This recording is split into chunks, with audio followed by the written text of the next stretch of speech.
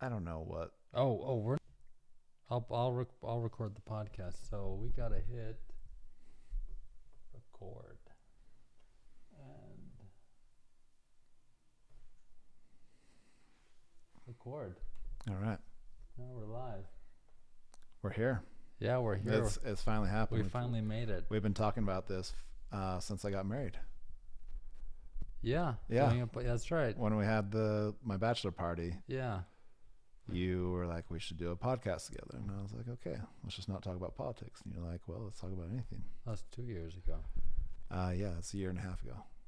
Yeah. August. I guess it is December. Like I count my years to when I Oh. come back to Cache Valley.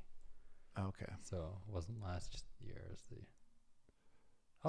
It was in summer. Salt Lake. Last summer. Last summer. Okay, it was only a year ago, really. Mm-hmm. Okay, yeah. Yeah. Time's flown by. That's 2020. Yeah, that was because you were living in Bountiful that summer with Ksenia Yeah, that's right. for the summer. Seems like it was 2 years ago or 3 years ago, Mm-hmm. but really it wasn't. It's been a lot's happened in a year, right? Yeah. Okay, so we were talking about a gaming desktop. A gaming desktop. I was put in charge, or my brother-in-law wanted some help for my nephew, and if you're out of computers, you don't know. I didn't know what was what, right? Okay. And I've been just paying attention slightly. I don't know what gaming, like which graphic cards are good. I had a general You just idea. pick the highest number. That's not yet. I wish. Like AMD, they have the 570 and 580 Yeah. are slower than the 560 XT, which is the one I ended up getting. Hold on. Say that one more time. 570 and 580 Are slower than. and the 560 XT. I think the XT was the. Oh, really? I don't know, but I just went off of Slick Deals on the forums, like what were people saying about this desktop, and there's been a couple. I was like, well, there has been a couple close deals, right?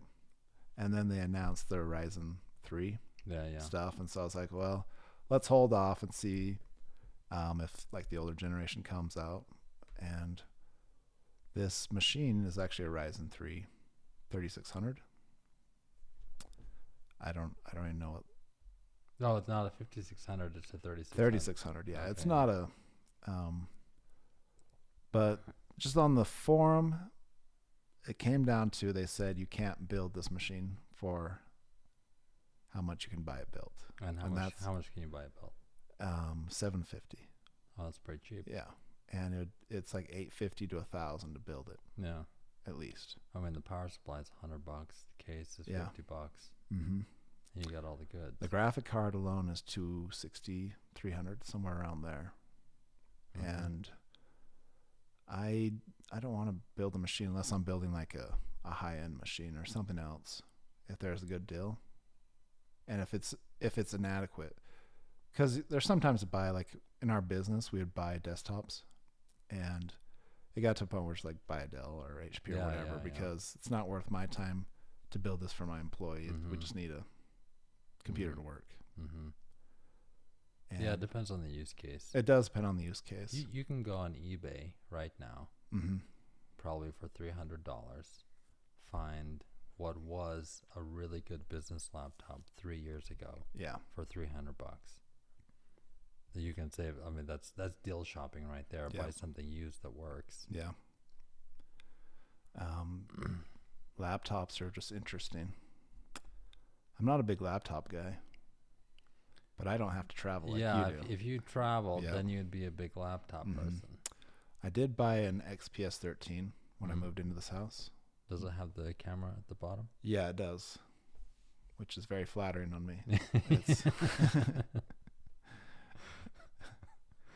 Did you ever look at the XPS 13? No, because of the camera, I couldn't get past it. Well, I just figured if I was going to do video, I'd have a USB camera on there.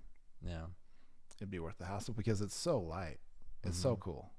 It has the infinity edge where it goes. The screen is to the edge. Yeah. It's been good. The funny thing is, when I moved in this house, I was so tired. I didn't set up my desktop, and I bought some random deal in Microsoft, this touch laptop, and the thing was, it was junk, dude. But I put up with it for a year because I didn't have energy. Yeah.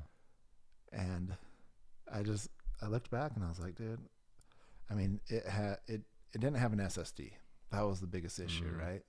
When you bought it a year and a half ago? No, 5 years ago. Oh, 5 years ago. Yeah. Okay. It was like $300. Mm-hmm. I just bought this machine. Sounds like a Walmart computer. It basically was. It was. I mean, there's anything you buy today would be a lot faster than this one was. Yeah. And it was just real junk. But it's like one of those things where you just get by with it sometimes. Yeah, I guess if you can. It depends on what you're doing. Well, You set up Wi-Fi. it was bad. I finally was like, okay, I need a computer that when I click Chrome, it opens up, right? Yeah. It just was so slow. The computer has to do one thing. It needs to do one thing. Yeah. And it couldn't do that thing. Yeah. It was pretty bad. Well, let's talk about the MacBook, the M1s. Okay, so I haven't heard about the MacBook. All I know is that it's got a revolutionary ARM chip in it, so it's going to be super low power. Yeah. But powerful because ARM is doing their own thing. They're coming their way. Microsoft is trying to catch up. Well, actually, I think Microsoft started the ARM innovation. Let me go check that. We'll just pause. Something I'm not excited about is to match the audio to the video. Yeah. Yeah. Not going to be fun, especially with that little interlude. Okay, so the M1 MacBook, some of us are excited about it. Are you excited about it? I can't. I hope that Apple goes out of business. Okay, I was wondering about it. I was like, I'm excited to talk with Shea about the Apple MacBook.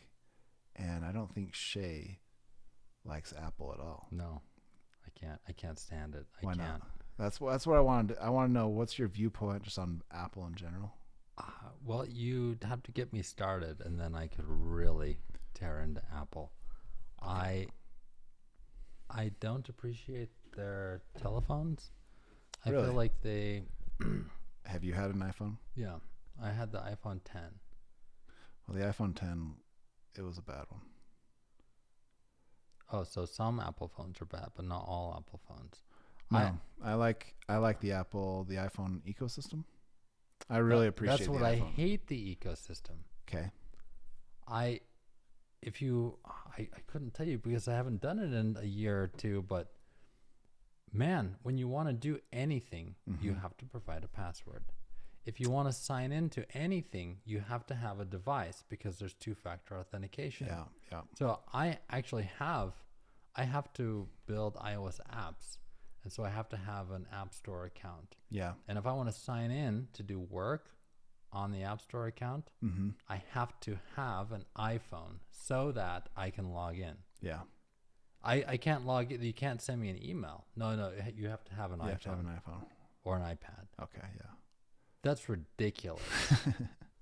So I have to now buy, not only do I sign up for their account so I can develop for them, but I also have to buy a MacBook. Yeah. And I have to buy a phone Yeah. for the privilege of getting to develop on their platform. Sure. That's $1,000 or more that I have to pay them. It's a wonder they're almost $1 trillion company. They've pulled wool over everybody's eyes.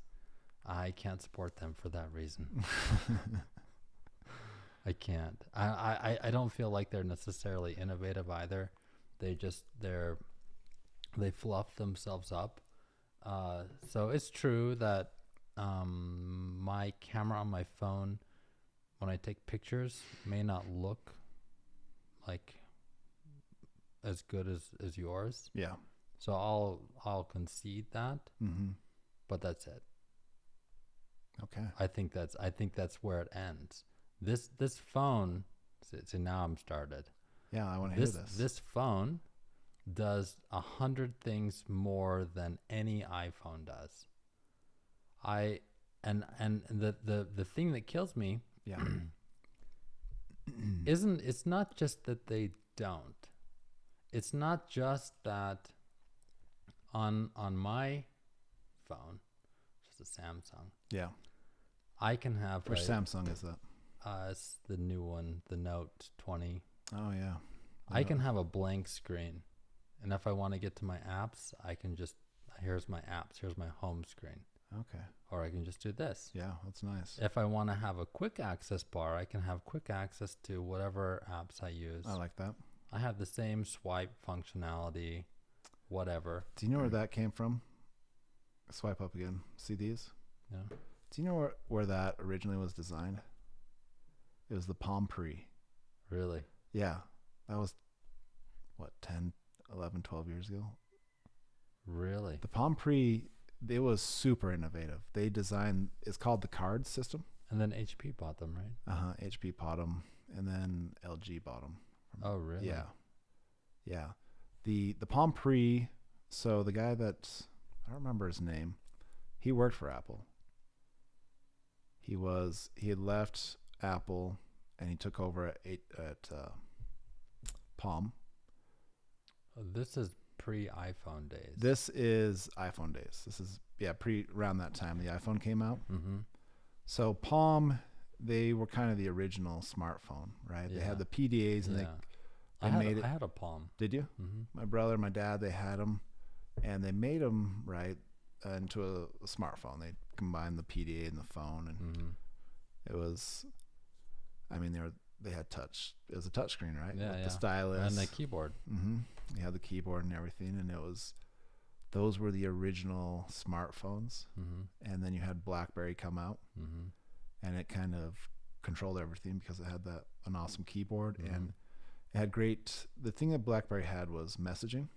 The secure messaging system. Apparently it was secure. I think Hillary Clinton used one or something. Yeah, I mean, Barack Obama was using a BlackBerry, Mm-hmm. at least through his first term. Yeah. Maybe his second term, but it was just really funny because BlackBerry was on its way out, right? Yeah. But the Palm, they had an incredible design. They had a lot of cool things, and they just didn't have a long enough runway. Okay, I would like to come back to that. Yeah, let's get back to Apple. Okay, so what my point is that I can show you 100 things on this phone that are innovative, just like that Palm Pre thing. Yeah. Apple is almost $1 trillion company. Yeah. And they refuse to do anything.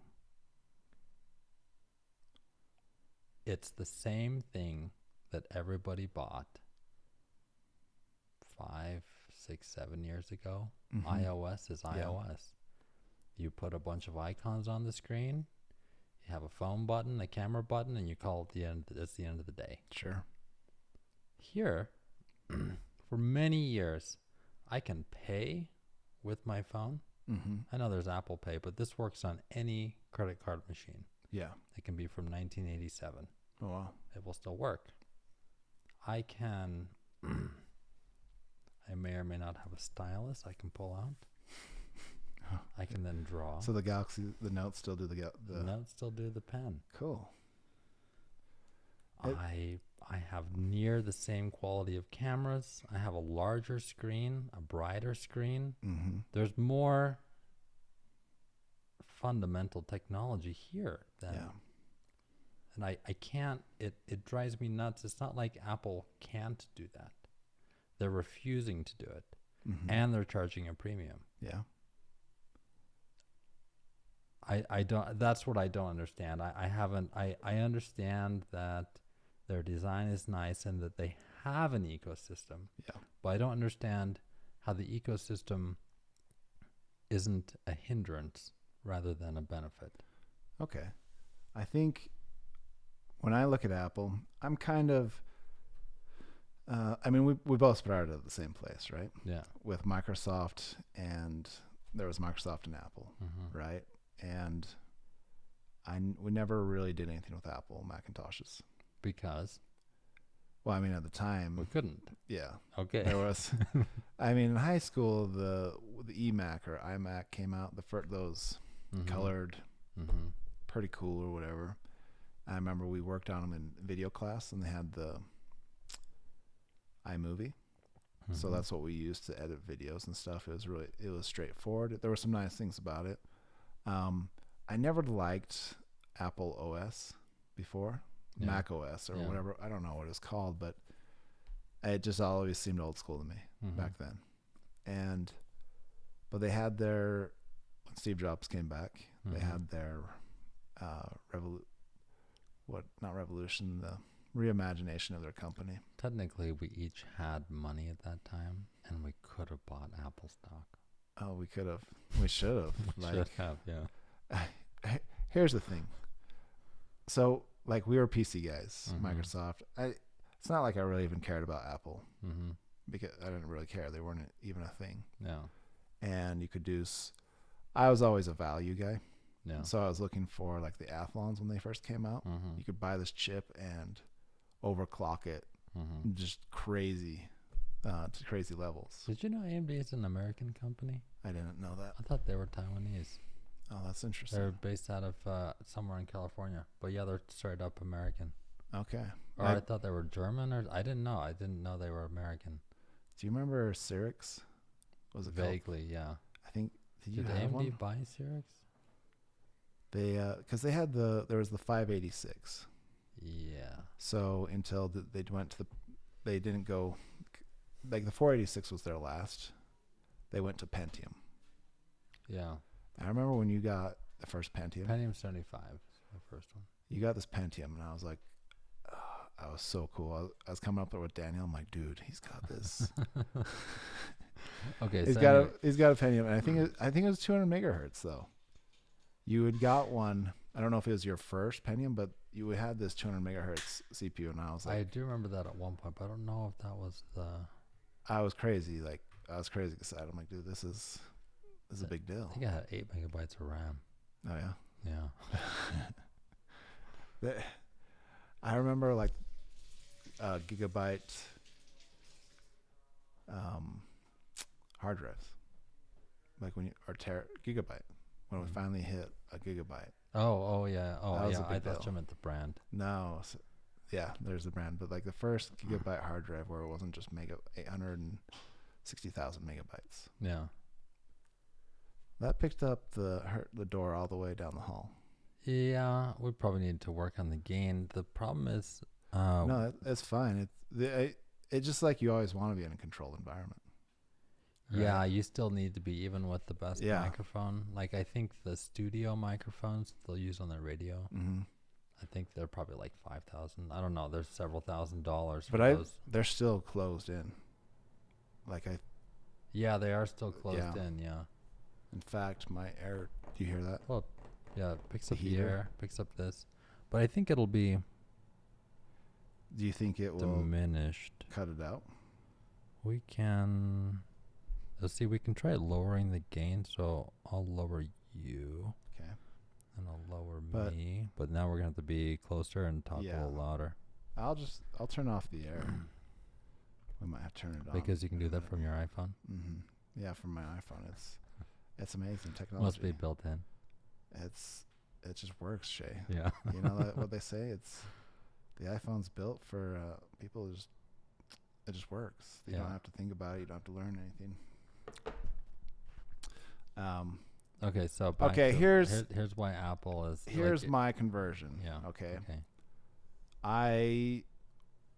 We had a cell phone accessory business, Yeah. right? Yeah. So we bought we would buy devices to make designs for them, and our company started with 2 devices: the BlackBerry Curve and the iPod, the Apple iPod, Mm. 3G or what, I don't know what it was called. But it was like the iPhone. So those 2 designs started our whole screen protector company, and that's what we lived on for a year. Like there was so much demand for those 2 things, and then we started doing the iPhone as well.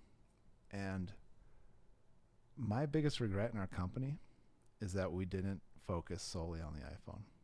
Really? Like at the beginning, to really go all out on the iPhone. So get all the different models or whatever, the 5S, the 4, whatever they were. To go heavy on But iPhone. they didn't have different sizes though. No, they didn't. I mean, we just, because we were spending a lot of time getting all sorts of devices where you had iFrogs. Did you ever hear? iFrogs. No. So, or Zag. Oh, Zag, yeah. So Zag, they started, actually no, the guy who started Zag. Oh, really? Is he nice? He's a really nice guy. Okay. Really awesome dude. He actually, that's another story. But he, so he started Zag, and then you have iFrog, and iFrog was a local group here, and they did those memory bands. You know, the silicone bands. Did you ever, like, they had writing on them? Oh, it was like a fashion thing, and you could get a cancer thing. Yeah, and it was a huge fad. Like it blew up from and that the guy who started that, he pivoted to. Did he start the fad? I think they did. I don't know. I think they did though. They were the biggest ones as far as I know. They pivoted from that to doing cell phone cases, and they. Like, I saw some of their prototypes, the initial ones. They're pretty ghetto. And some, like, the first ones they sent to Walmart. They got a distribution deal with Walmart.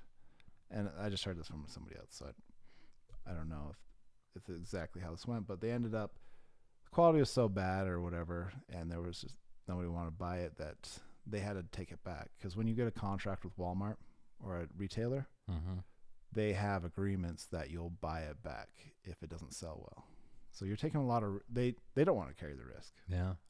They carry some of it, right? But there's different agreements. And so the thing about them, though, is they went on to sell they went and had tremendous success. iFrogs. So after the initial failure. Yeah. Which was almost a disaster. Yeah, I don't know how big of a deal it was for them, but it was a disaster. Their first iteration was kind of a disaster, but it got better, and they went and focused solely on iPhone cases, just doing cases and some accessories, some earbuds and stuff, and that's all they did. Because Apple is seen as a premium product, right? And so there was so much demand for iPhone accessories that. It was a huge market, and your margins were so much higher too, and so they built a whole company off of Apple accessories, and they went on to sell to Zag for 50 million, 100 million, something like that, and like there was a good reason that we are diversified, but it's so much work. Apple has a few designs, right? But Android. We were doing hundreds and thousands of designs, and Samsung was just a nightmare, because you could have the same model, but you had to know if it was the international version or the American version, because it was a different design, and there were so many different names, so many different models, and our customers got confused. Daily. They thought they were buying one thing, they get it, and it's the wrong thing. So maybe that cost you more than like the time spent. It was, I mean, it was a toss up, because by that time, Apple, it had become a lot more competitive. So we couldn't compete in there. But if we had started out really heavily, we could have grabbed some easy money. Yep, just not in the middle. Yeah. I guess we did move when we got up. So, this has been a long story about where I came into Apple. So I bought the original Evo, the HTC.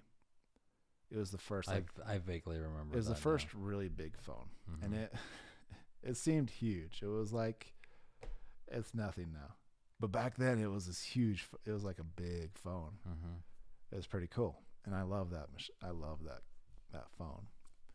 And so, a year or two later, we we bought the HTC, the Evo 3D. It was when the whole 3D thing was going on, and they were adding it to some phones. Which was what? It was an Android, and Yeah. it had 2 cameras to do 3D video and stuff. Oh, really? Yeah. I don't remember that. It was a cool idea, and I got that phone, and it had a dedicated camera button for it, Oh, yeah. so you could Yeah. to take a picture. So I would take a picture, but it would take like 3 seconds from me hitting the icon or hitting the button to opening up and being ready to take a picture, right? And you can miss a lot.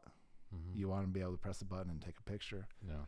So I was with my friends, and we went to the Demolition Derby. Mm-hmm. I think that was, or it was, no, it was, we went to McDonald's and we did coning. Did you ever hear that? Coning? Yeah. I don't know. It's when you drive through the drive-through and you order an ice cream cone. Uh-huh. And when they hand you your ice cream cone, you grab it by the ice cream. And then you just keep a straight face and you drive off. I've never heard that before. And But how are you able to pick it up? I don't understand how it doesn't fall off. well, the ice cream, because it's kind of sticky, sticks to the cone. So you grab the ice cream. And then do you eat it? I don't know. It doesn't even matter at that point.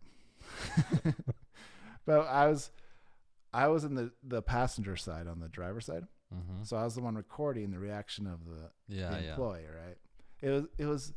It all started with planking. Do you remember planking? You'd go to a random spot and you would take a picture of you in a random spot doing a plank. Doing a plank. Yeah. Yeah. That was the first one. Yeah. Coning was an iteration of that later on.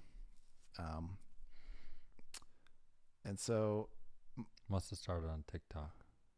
I'm joking. it probably, it would have fit in perfectly with TikTok. But my friend Andrew, he gave me his iPhone to record, and so I hit the camera button, and I know the first thing I noticed was after I played it, the audio sounded great. The microphone picked it up really well. The video, I was like, this sounds so much better than my phone. Mm-hmm. And then we went to the Demolition Derby, and again, they were out slinging mud in the halftime or whatever. My friends ran out in the arena, and so I had the phone to take pictures, and I hit it, and it was open, and I could take a picture. And I was like, that was the moment when I was like, I'm done with Android, because this just worked. You saw a better product, and I saw a better product, and so when we switched to Verizon, I got an iPhone, and haven't really looked back since then. So I agree that as much as I really do not like Apple, I just have such a hard time for the reasons I laid out. Yeah. But I of course have to agree that somehow they're an amazing company for whatever you judge amazing companies. But I don't agree with their policies or the way they sell you things necessarily. I don't agree with how they operate, but I agree that they have a lot of value. And it took Steve Jobs to create that value, because honestly, without the founder, without Steve Jobs, Apple clearly wasn't anything, and that was proved. Yeah. Right? So it is like an embodiment of Steve Jobs. Oh, yeah. And now they're trying to carry on that legacy. Yeah. To me, it's like buying a really nice car. People like different cars, so I'll just say a really nice car that is, everything is clean, air conditioning just works really well. Yeah. But you got to drive 50 miles to go to the gas station because they only sell gas from their gas station. So, but that's fine. You have the best car, but you got to put up with all the other crap that they do. Yeah. And I guess sticking with the car analogy, and this is kind of a larger topic, but let's just say without Apple, nobody would have thought of the camera button, or nobody would have thought of a pen, or there's a innovation happening outside of Apple that Apple doesn't seem to want to even bother with. Sure. But they could. I mean, but I get it. Like, I don't want to argue with myself.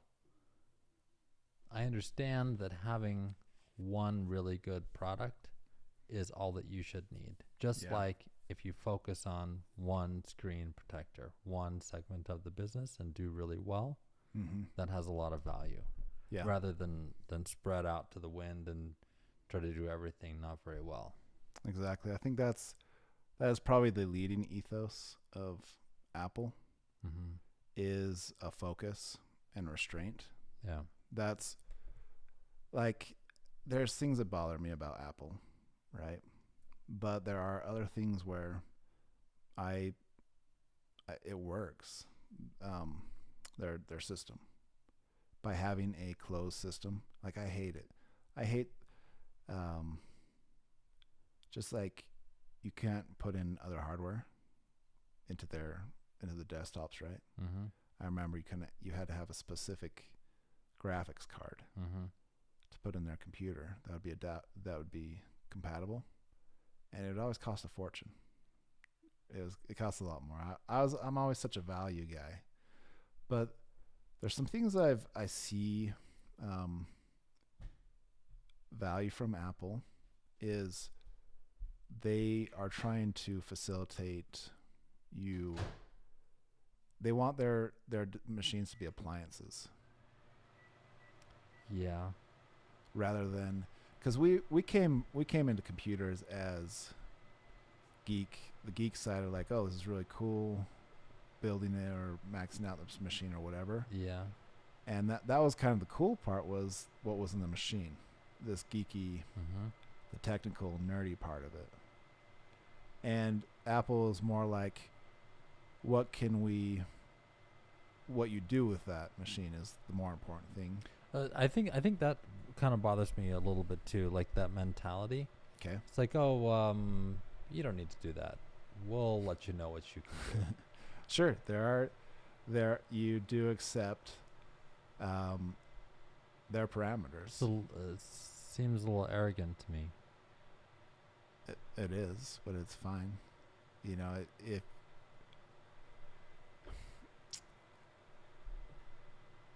really doesn't work for you. It just doesn't. Yeah, I get it. Like, I understand where their value comes from. Yeah. I just disagree with how they operate. I think that's it. Well, maybe it is their closed ecosystem. So let's say they had, for me, if they only had one phone, they didn't have three sizes, there was just one phone. Yeah. They put their soul into it, and it just worked. I would still require them to innovate and make something different than they did 5 years ago. Okay. The phone they have now is the same phone they had 5 years ago.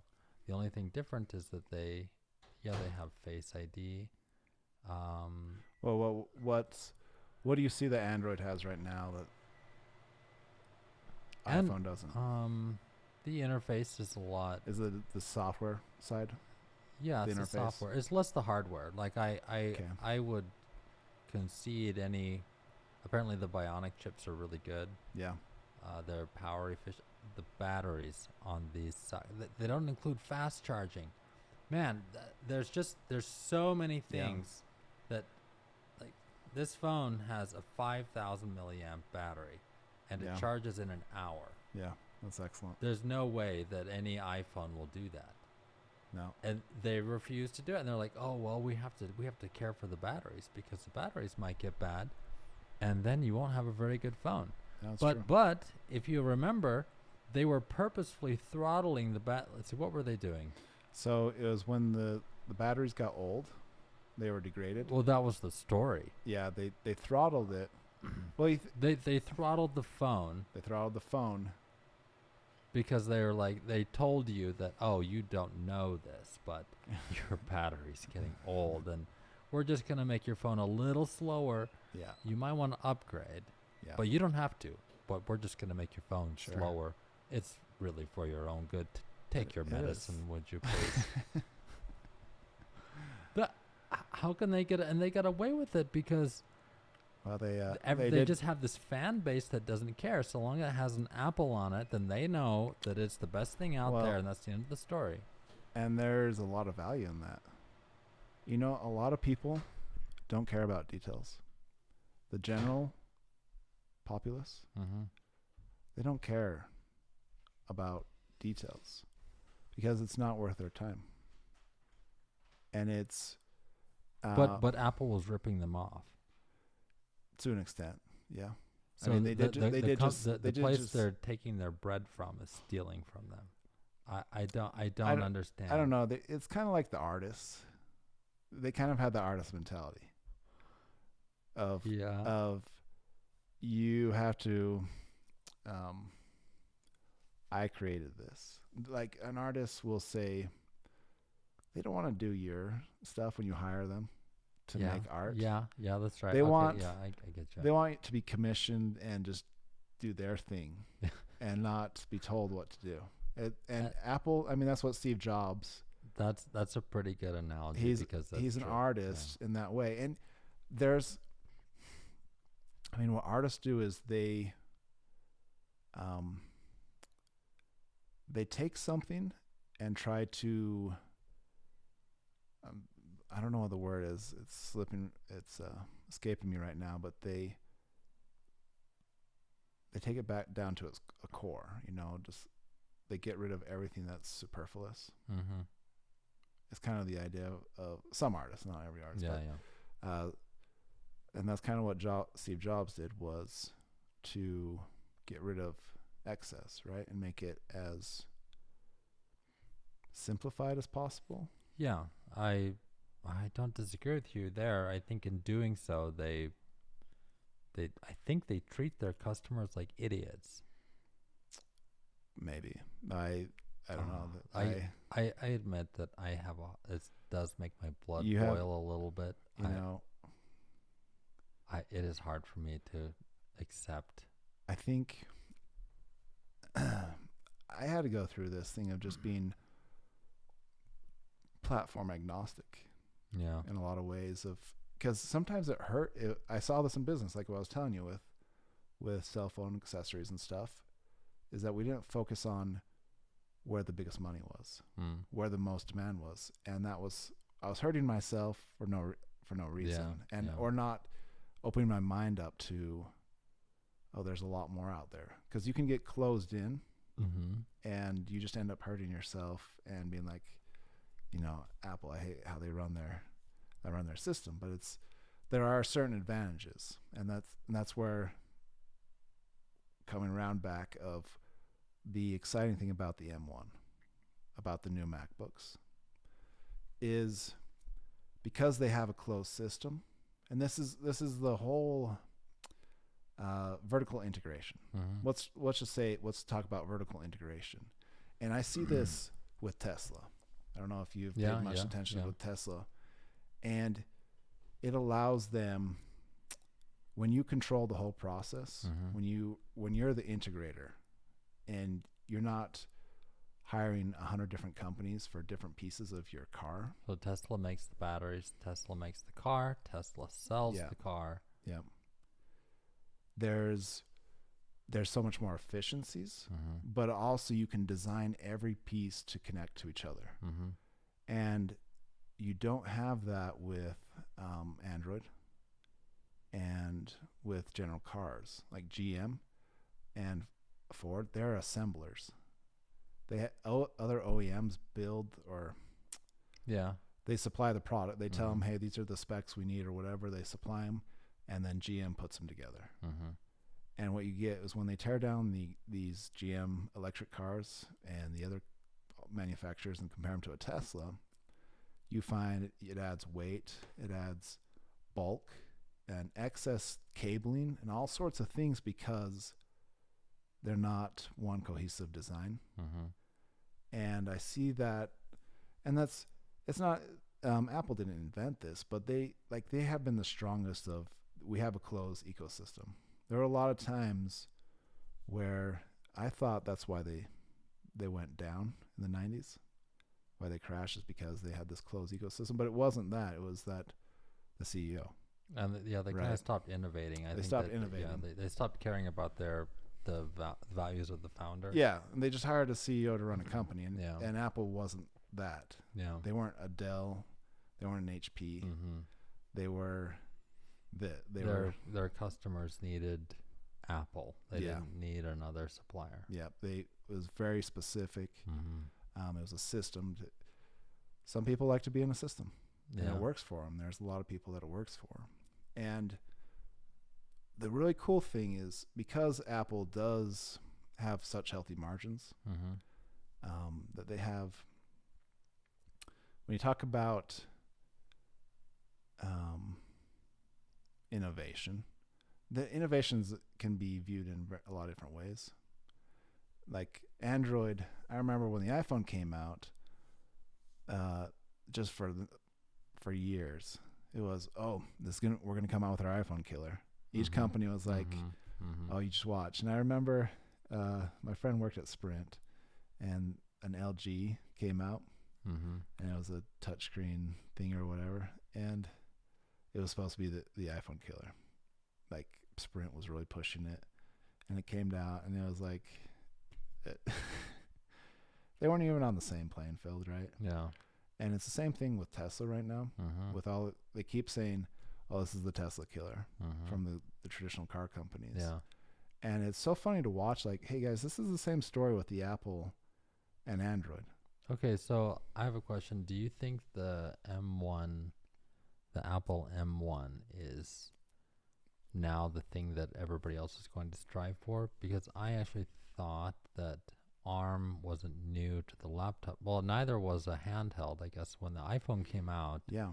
there was already a handheld phone. It's a Windows phone. Yep. They beat him by a couple of years, I think. But then the iPhone came out, and it was the quintessential. Yeah, the Windows mobile phone. Yeah. This was the issue is they weren't.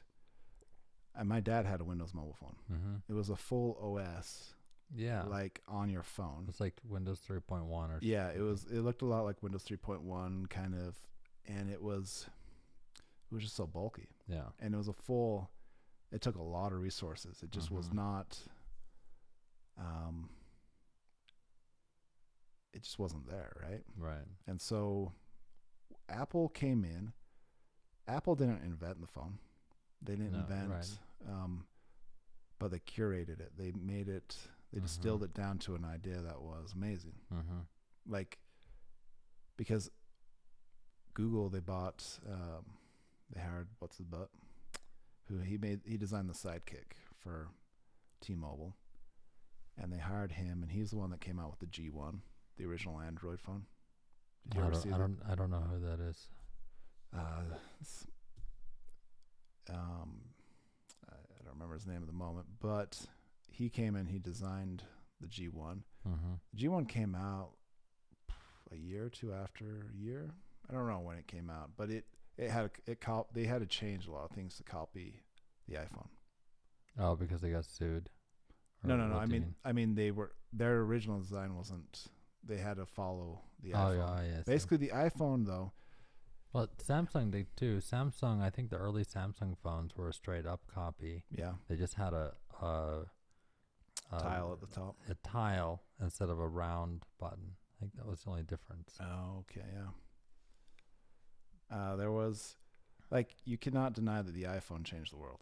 No, yeah, you can't deny that. Yeah. It is. I don't know if Android would have done and that. I think the iPad did too. Like, I think that was another iteration because before then tablets weren't useful. Yeah. And an iPad did what the iPhone did, which is make something like that useful. Yeah. Now you can do something with this device. Yeah. Whereas before you just kind of couldn't. Mm-hmm. And so I think the iPad's the same. But I'm curious how that's going to morph into Mac OS. Yeah, they've been coming around to just coming back to a laptop. Yeah. Really, the iPad. Yeah, because they're adding keyboards. Yeah. Just comes apart. They made a Pro, the Yeah. iPad Pros and stuff, and they're just. It's interesting how innovation and design happens. It's not a straight path, right? Mm-hmm. And it's a lot of experimentation and development. And the MacBook M1 really, as it's come out and people have reviewed it, I see it as it's not, nothing's going to be as innovative as the iPhone. That changed the whole industry. Yeah. But I think the new MacBook M1s just set a new standard that I don't know how many years away Microsoft will. I don't know if they'll get there.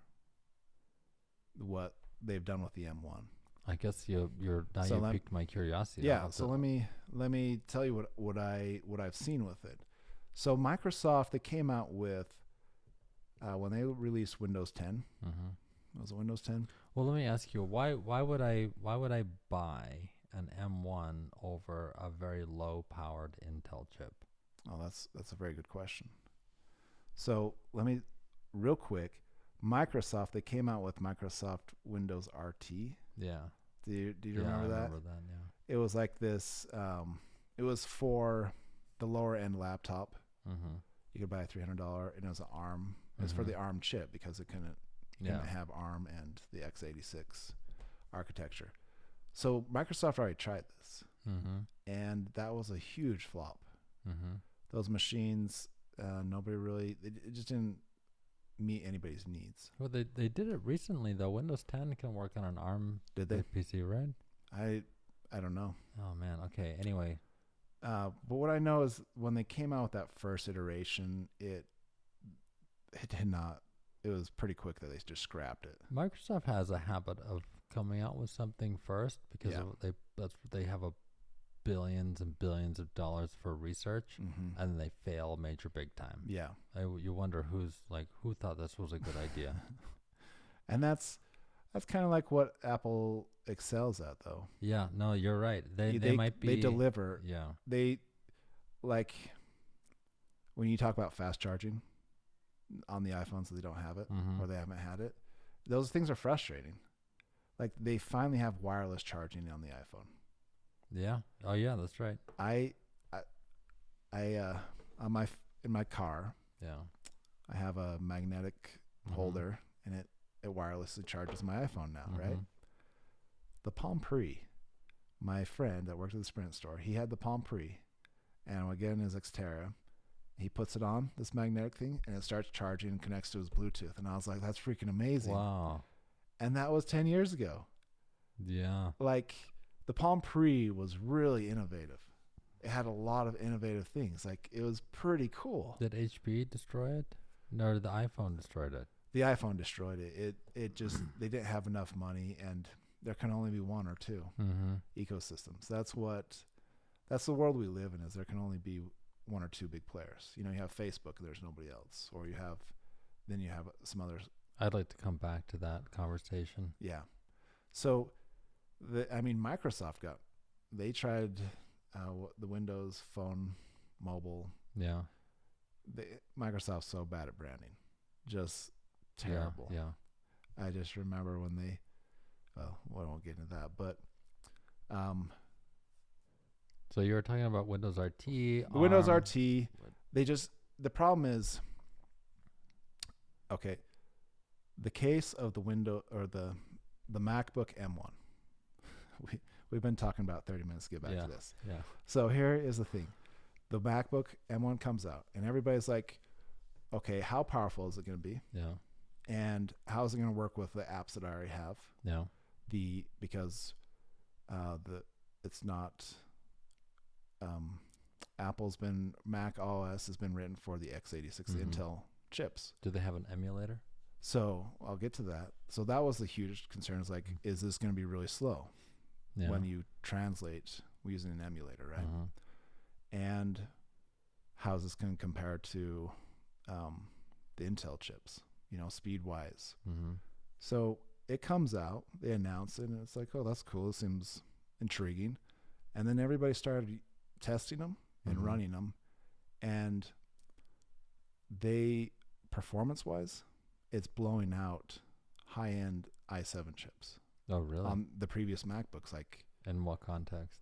in a lot of contexts, just general Productivity, opening apps. benchmarks. You know, Mm-hmm. their benchmarks are outperforming. The same watt per watt. So you take like it's a low power chip, right? ARM is Yeah, like it's a lower- 15 watt, 20 watt. I don't know on that. I just know it's a lower. It's a Let's it look is it lower. up. It is lower power. And that's the thing is, the M1 chip, the design here, is amazing. What the results you get with these laptops. Okay, M1 delivers significantly higher performance at every level when compared with the very latest PC laptop chip at just 10 watts. Oh yeah. So we'd have to compare a 10 watt Intel chip to this 10 watt ARM processor. And it's a 5 nanometers or whatever. Now, chip design. technically, they could put a Bionic chip in there, Mm-hmm. or is that what they did? It's not an ARM chip at all. Yeah, it's a Bionic. Okay, they design it with ARM and have ARM produce it. Oh, Apple. so this is an Apple designed It- CPU. yeah, this every CPU they design is their own, but they use Oh. ARM as their. Because every mobile phone has an ARM PC or an ARM chip on it. Okay, yeah. Oh, that I did not know. It's basically their phone is a laptop, and their laptop is a phone. Yeah, this is where the iPhone and this is the iPad and the iPhone coming together to make a desktop or a PC, which is, I mean, it's taken a while to get here, but this was a huge leap. Is like everybody's wondered for the last few years as Apple has started talking about. Everybody knew they were working towards this, Mm-hmm. but there was a lot of compatibility questions Yeah. and power, like performance. Mm-hmm. And as I've watched people discuss this, Mm-hmm. it has exceeded everybody's expectations, like way beyond anybody's expectations of what this was going to be able to perform. Well, crap. To So me, you have- I'm listening to this and I'm like, crap. Dude, I know. I was like, I've never wanted to get a MacBook until now, Yeah. or considered it, because they have an $800 machine, like Uh-huh. I don't know, $900 MacBook Air, right? Mm-hmm. These are their low end machines, Mm-hmm. and it's outperforming a lot of people's MacBook Pros Mm-hmm. that they've spent $2,000-$3,000 on, Mm-hmm. and it's $800. And because it's based on the same like ARM architecture, they're getting 14 to 16 hour battery life on these laptops, Mm-hmm. like nothing. Yeah. It doesn't require it doesn't have a fan on the air. It's like all the benefits Yeah. of your cell phone Mm. in a PC. You know, it's really cool. I don't know if I told you this or not, but technically, if I had an HDMI cable, Yeah. I could plug my phone into anything with an HDMI input As a computer. as a computer. Yeah, that was really cool with the Samsung. Mm-hmm. Have you ever done it? No, never had an occasion. I have two cables. I've never done it before. Yeah, I think it's kind of like back to Apple. I think they try to find use cases that people use, Yeah. and Android's like throwing everything against the wall, like this. Yeah. They got really cool things. It was really funny when Jeff Bezos came out with the Fire phone. Did you ever? Oh, I vaguely remember. Do you ever that. remember Yeah. that? He really led the design, what he wanted in it, Mm-hmm. and he was really stoked about this the 3D thing. So your screen was 3D. I don't know how to describe it, but it had like 4 sensors or something, and it was like, I don't remember what it did. And now he has an iPhone. Well, no, I mean the Fire phone was a disaster. Right. Yeah. I And just mean, but now he's like, not a designer, man. Yeah. Like he really wanted this one killer feature, and nobody cared. It wasn't useful. I mean, Apple, they put out some killer features that fall. The biggest one was like the Touch 3D, where you hard press Mm-hmm. and it brings up the extra features or whatever. And they've just changed that to software. It can detect that you hold it for a while, but they designed that whole thing, and they just couldn't find a lot of use cases when it ended up coming out. And like when the Apple Watch came out, a lot of people wondered like, because it's hard to know what people are going to use these things for. But this will save Apple a lot of money. This is going to save. Oh yeah, this is going to make them a bunch of money. This is a cash machine. This is like, they're like, this is why they're going away from Intel, right? Yeah. They can, because if an ARM CPU is so much cheaper than an Intel. How long does Intel survive? Dude, I as I've been watching Tesla, yeah, and the traditional car companies, and where everybody's minds are at when they're still comparing these car companies to Tesla, I'm like, how do they catch up? Yeah, they can't. They can't. There's so many issues because, for one thing, it's management, and different incentives for these CEOs of these companies, and a whole system where it's not really integrated in these huge companies. Well, I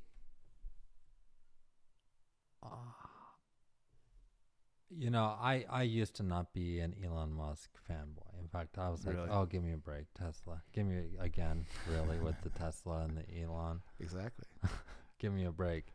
But I almost don't want to say what turned me on to him. I'll say. Let's hear it. He was the first person that I saw publicly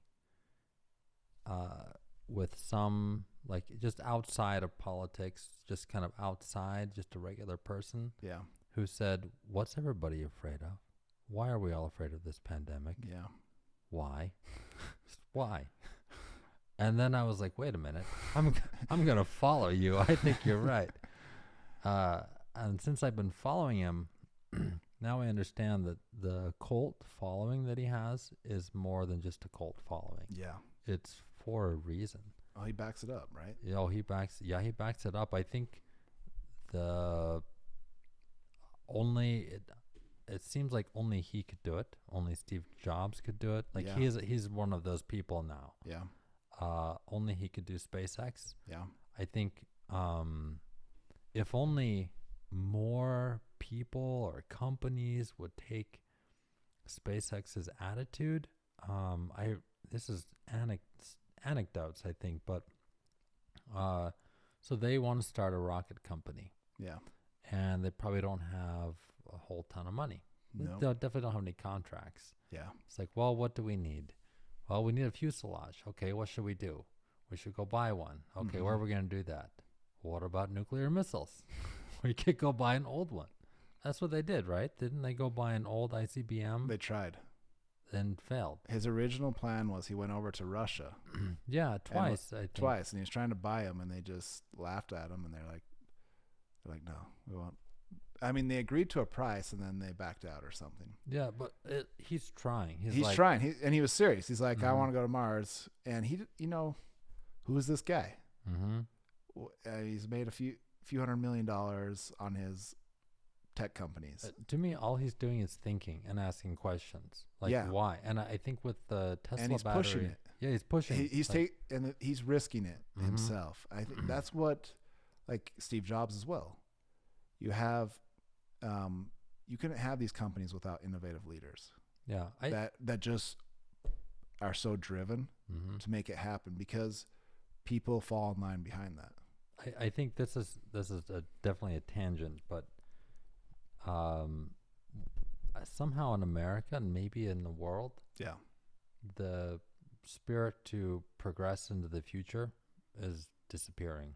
Yeah. It's almost like nobody cares. Like in the 50s, the 30s, 40s, and 50s, everybody was just looking at the future with awe. Yeah. Like, holy cow, we're going to have flying cars. We have to get there. Like, we have to do this. Yeah. And everybody was on the same page. It was like a societal drive, even though there was devastation in the 40s, right? Yeah. Even after that, like like worldwide catastrophe, Mm-hmm. they still, the 50s produced technology that we're still using today that we haven't made anew. Yeah. And now where's that spirit? It exists in Elon Musk, in Peter Thiel, Yeah. and those people, but they're not normal. Yeah. They're kind of dying. Like they're running against the grain, whereas 80 years ago, that was the grain. Yeah, to an extent, it was a lot more. If you just look at entrepreneurs, it's kind of the entrepreneur spirit of taking risk. It really always comes back to risk and people's desire to take risk. Oh, people are taking risk. They're just investing in, like, there's still money out there. People are doing stuff, right? Right, but I mean, entrepreneurship is at, I believe it's at an all-time low in America. Yeah. People starting their own businesses. Yeah, I think so. There's a lot of, it's kind of funny because it's becoming cool to do startups, to do your own business, because you see a lot of these people have been really successful. Mm-hmm. But there are so many fewer people going out there and doing these risks. And then you have people like Elon Musk, who's just so driven with these vision and purpose that by sheer will, he makes these things happen. Mm-hmm. I look at Tesla. You know, there's a lot of questions out there. There's Tesla bulls. Tesla bulls? Yeah, who think that Tesla's like a stock market. Mm-hmm. They think that Elon Musk is a fraud. They think that Tesla's a fraud. So it's either a bull or he's a fraud. Bull means he's gonna go. Sorry, like bear. Bear. Sorry, Okay. I meant Tesla bears. bears. Yeah. Yeah. They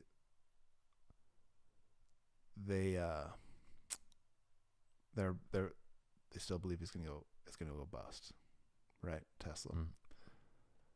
And maybe there's truth to it. I don't know.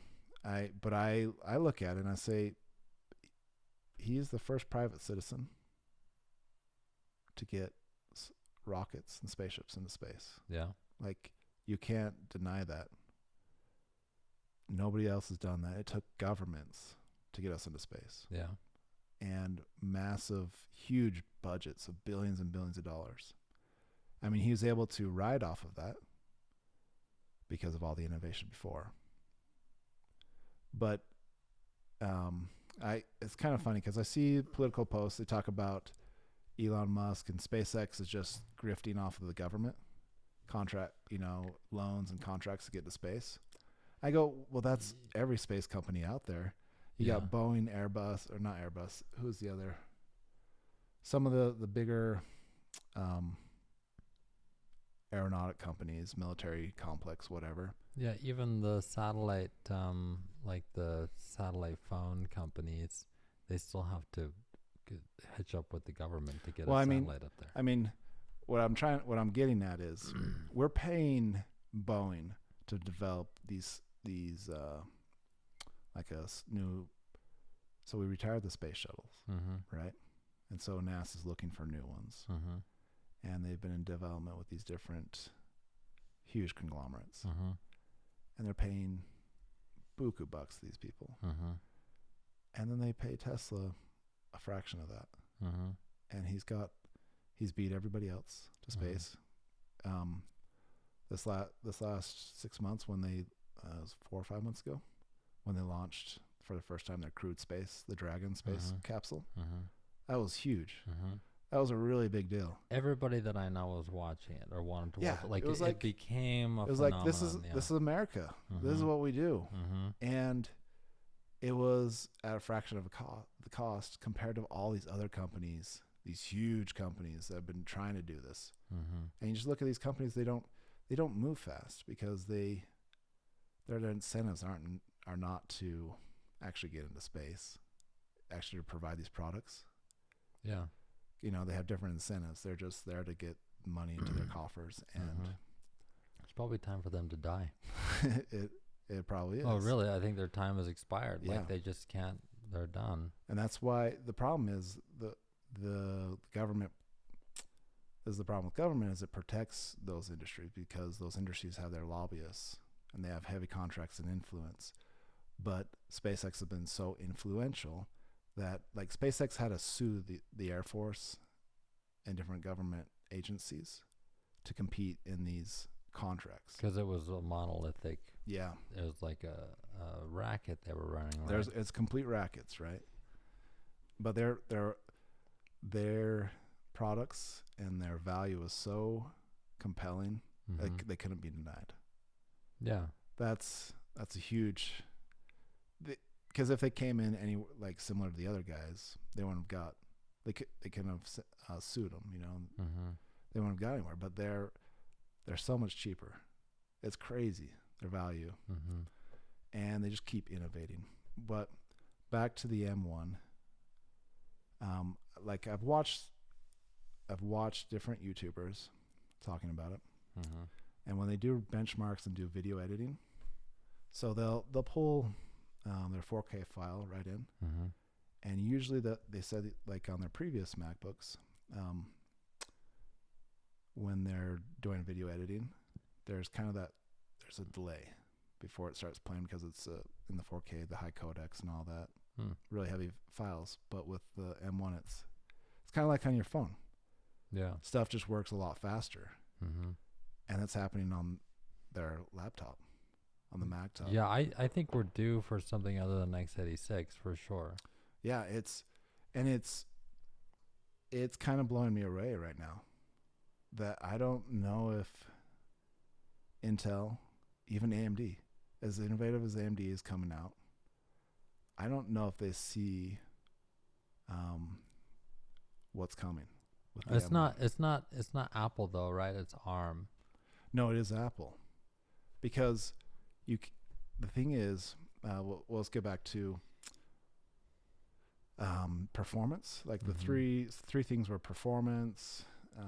Man, I wish we had. It'd be so great if we had a TV, like that we could have a camera on the TV. Yeah. And then we had a producer here, and we're like, hey, can you find us that thing so we can pull that up and look at it really fast and then comment on it? Well, there was the other thing you were talking about, emulators. Yeah. Emulation, right? So, I mean, Microsoft already had emulators to run on ARM and different, like they had a emulation phase.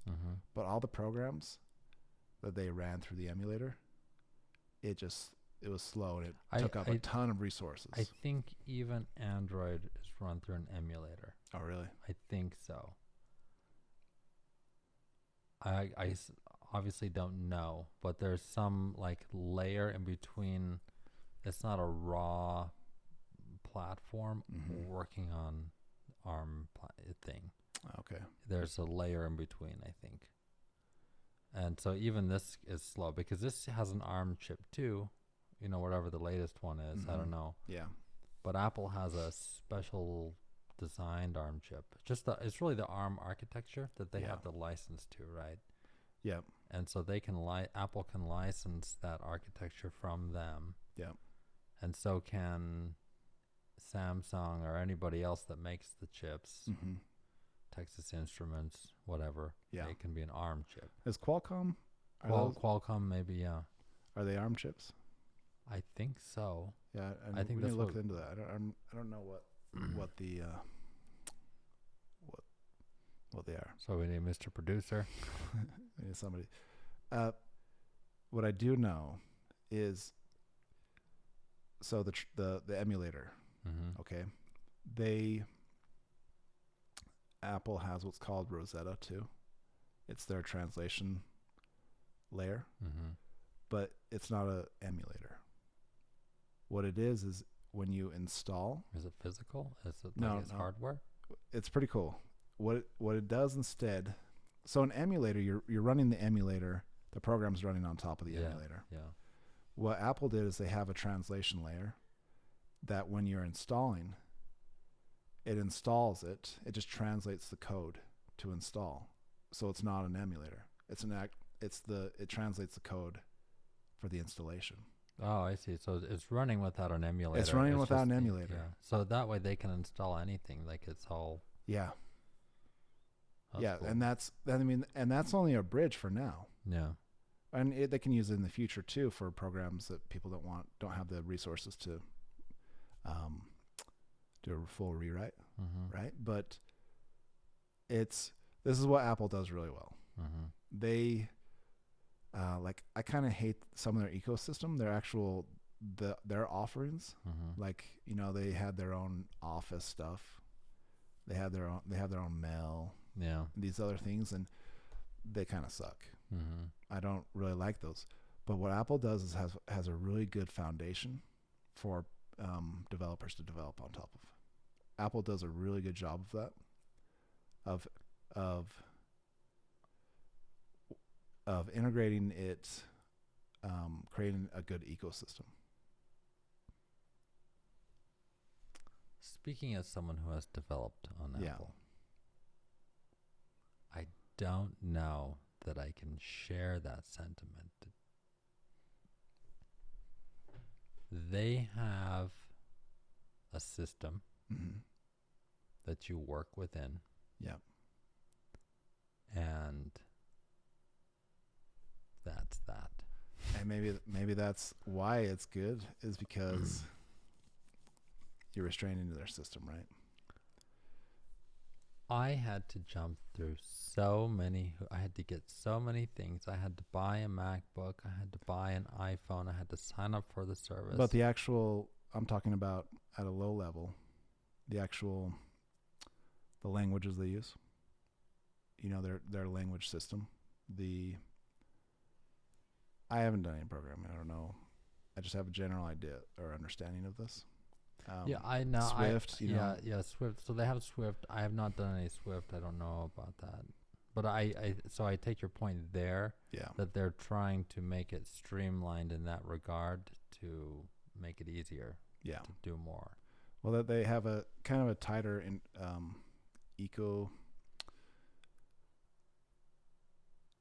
a framework that I think they do better with their framework than they do with their own apps. I don't like their own apps. I don't like iCloud. They struggled with it. There was a lot of issues with their different services. I don't like their services, but I use them because you have to. I have to. And I'm okay with it. But I don't like Android or Google. Google's a mess. Yeah, Google's a mess. G Suites, they want you to have the sign up for across their whole ecosystem. And it just becomes a nightmare. I heard a fascinating, I don't know if this is relevant or not, but I just finished listening to a book by Peter Thiel. Yeah. It's called 0 to 1. Yeah. Have you heard of it? I've heard of it, yeah. And one of the points he makes is, I forget why, but he's like, sometimes companies start competing with one another, and the net benefit is zero, because they just try to outdo the other person. Yeah. So maybe Google's like, oh, you have iCloud? Oh, yeah? Watch this. I have Google Drive, and I'm going to do this. I'm going to do this. And they end up going nowhere. Like they're just, and they're derailing their core business at the same time. Yeah, totally. And so, and I think Microsoft tried to do that, or let's say Apple tried to do that with their own Office suite, but Microsoft's is just better. So they should have just left Microsoft alone. Yeah. Worked on something else, and both parties would have been better for it. Yeah. And the consumer. Yeah. There's a lot of those. So the M1 MacBook represents a new era of desktop, laptop. Basically,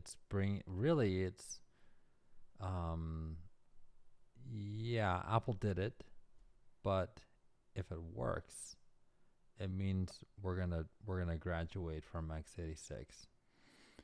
Maybe. And then maybe if we can take that 10-watt processor and pump that to 60, maybe we get 6 times the performance out of it. I don't know. There was a huge questions about it, because you look at x86, your traditional desktop, even the MacBook and the Macs, huge power consumers, right? And then if you want to do video work, you Mm-hmm. had to have a big GPU. Mm-hmm. You know, you want, or The M1 is an integrated GPU. yeah, it's integrated currently.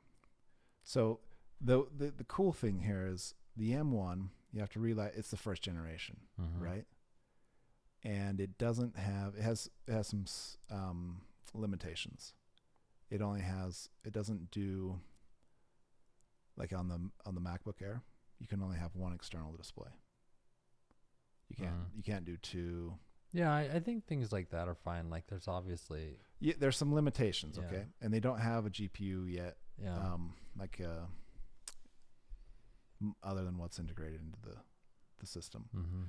But even without that, it is doing crazy things in video editing Mm-hmm. and just general software that creators use. Mm-hmm. And it's actually an interesting thing because there might be a better value price-wise right now buying an M1 than buying a high-end Windows. Or I wonder how much much more it costs to get similar performance with a desktop. Well, now I really want to look at the videos. I avoided all the videos because I just don't care about Apple. I might be off a little here, but I'm never going to use Mac OS. I can't. I tried it. I had tried it, and I couldn't. I have a hard time with it too. I get on my wife's on her MacBook because that's what she was familiar with, and there's one thing that there's some things that Mac OS does really well. It goes to sleep really well. No, I'm serious. Like you can put it to sleep and it will last for 2 weeks. Yeah. You wake it up and you're exactly where you left my off. laptops with Windows, they're always getting confused. I'll shut the lid and it doesn't go to sleep. Yeah. And I'm like, I come and it's burning hot. I'm like, what the heck? Yeah. What? So that's right. Why? That's right. Yeah. It's like, why don't you work? That's the appliance. And that's the issue with and you talk about Mac or Apple set this new standard with the M1, but it's because because their whole system is integrated. It's kind of like Windows making one. Well, Microsoft making a laptop. So yeah, like that's what like the Surface laptops. Mm-hmm. There's a lot better integration there, Mm-hmm. but at the same time, Microsoft doesn't make a phone anymore. Yeah. And I think that's a huge drawback. Yeah. So you got legacy players of Microsoft Intel, right? Mm-hmm. They can't do. I think Intel tried to make a phone, didn't they? Yeah, Intel did. Or I think so. I think so. Maybe not. I mean, originally, Apple came to Intel and said, "Can you build this chip for us for this iPhone?" Mm-hmm.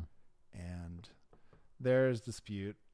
The CEO at the time said, "We just didn't see it, and so we didn't take them seriously, and we didn't try to make it happen."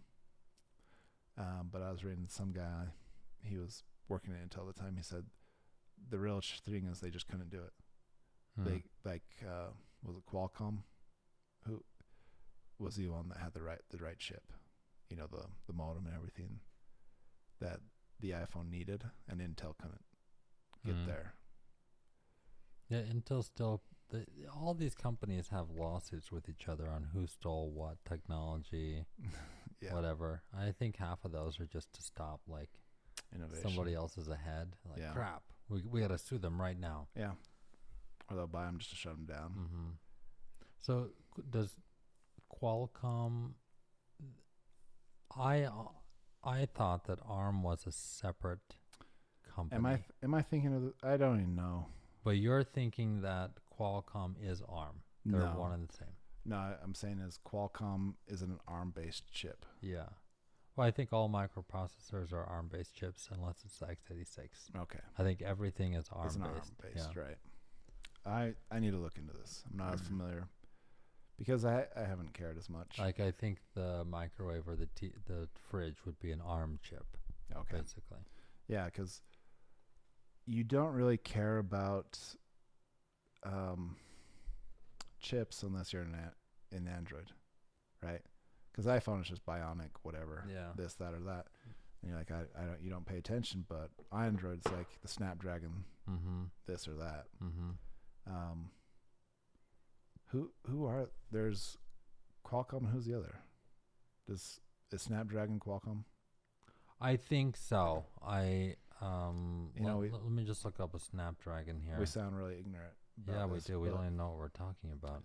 I understand the general ideas on this. Snapdragon. Because there were two. Oh, is it Samsung? Qualcomm makes a Snapdragon, and we knew that. What's the other company? ARM LTE system on a chip. You're thinking somebody that makes little processors? The CPU, you know. For who? For what's phones. the device? For Phones? For Androids. Well, Are they all Snapdragons? I think they're all Qualcomms. Okay. I thought there was another. Samsung makes one. They have the Equinox. Yeah. How about types of phone CPUs? How many types of phone CPU? Great. This is telling me 2-core, 4-core, 6 or hexacore. Which companies? You know, Shea, I'm really enjoying this. How much time has passed, do you think? At least an hour. I think more Easily, than that. Yeah. This doesn't say hour and a half. Yeah, that's what I think. We've only covered one topic, and by the way, we have something to sell you. And now I have to sell you something. Here's our M1 MacBook. What, you thought we'd be talking about this for an hour and a half? I guess I typed in Snapdragon Verse and it just brings the Exynos from Samsung.